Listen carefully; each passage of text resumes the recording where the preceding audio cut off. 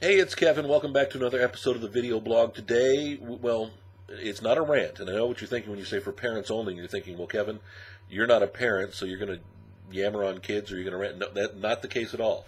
I'm actually giving you a piece of advice. Take it for what you will. And even if you're not a parent, good advice to heed. And I'll explain it in just a second. Um, I'll be the first to admit I didn't want kids when I was younger. You know, being a second generation media kid, my father being in the media, me being in the media, the one thing I never wanted to do to my kids was to put them through what I went through as a kid. And I'm not saying my life was bad, because trust me, it wasn't. I had a great childhood, but it was tough. Number one, for me, it was tough being the son of a famous guy. My father was a small town celebrity. I mean, a small town legend. In fact, in the small town I grew up in, Quincy, Illinois, if I went back there today, and we haven't lived in Quincy since like 1977, if I went back to Quincy, Illinois, and mentioned my father's name and said, "Hey, do you know who Bob Mason is?" Depending upon the age, of course, because now it's been 30 plus years. Anybody who grew up in Quincy, Illinois, who was over the age of at least 35 or 40 would know who my father was. He was truly that much of a legend. So it was tough growing up in the shadows. It was tough, with the constant harassment of kids knowing who your father was, and not only making fun of that, but just, being a part of it. So when I knew I was going to be in the media, I didn't want to make a child go through that vagabond journey that my life ended up thankfully being. 2.5 years between jobs everywhere I went, constantly moving, from southeastern or southwestern Virginia back to southeastern Virginia, to North Carolina, to Alabama, to Illinois, to Indiana, to Ohio. It would have been tough on a kid, so I knew early on I didn't want kids. But there's one piece of advice that I actually came to the realization of back in the 80s that I probably don't share enough with people. I know you're going to think this is silly. But if you're a parent, the one thing you need to do for your child, videotape everything they do. Here's why I say that, and I'm not joking. I'll try to clarify. The reason you videotape is simply, and I came to this realization, and the reason I came back to this realization here now 20 years later, is I was listening to my iPod the other day, just had it on shuffle, and John Cougar, now John Mellencamp's Jack and Diane song came on the iPod.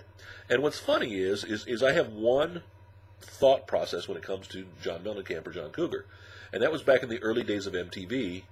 When he shot the Jack and Diane video, it included video of him growing up. And I've noticed throughout the years that a lot of famous people always have flashbacks or shots, or even if they're in the True Hollywood Story, of video from them growing up. My parents didn't have a video camera, hence I was meant to be an audio star, I guess. So I guess basically if you want your children to grow up to be rock stars, to be able to take care of you down the road, you need to have the video camera. I kid, but I don't kid.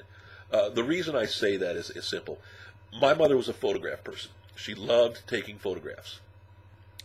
Look at me. I am not the most attractive person on the face of the planet. If you're watching this on my video blog, on kevinmason.tv or kevinmasonblog.com, down in the bottom corner,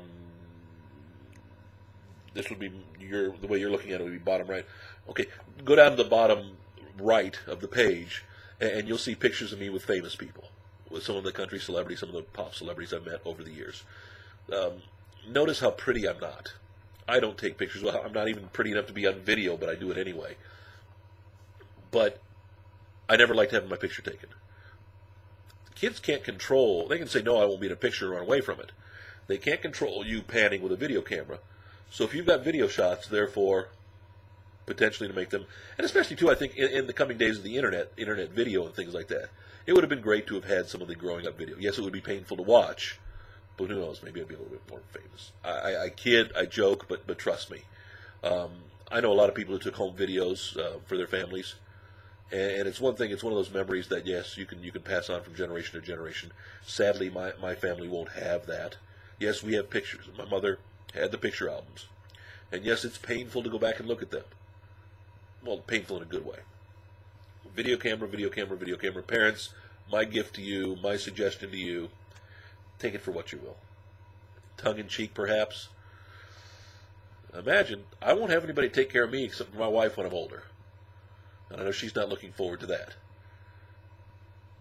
Who's going to take care of her? I know she's banking on the nieces and nephews. So, Matt, you better get out the video camera.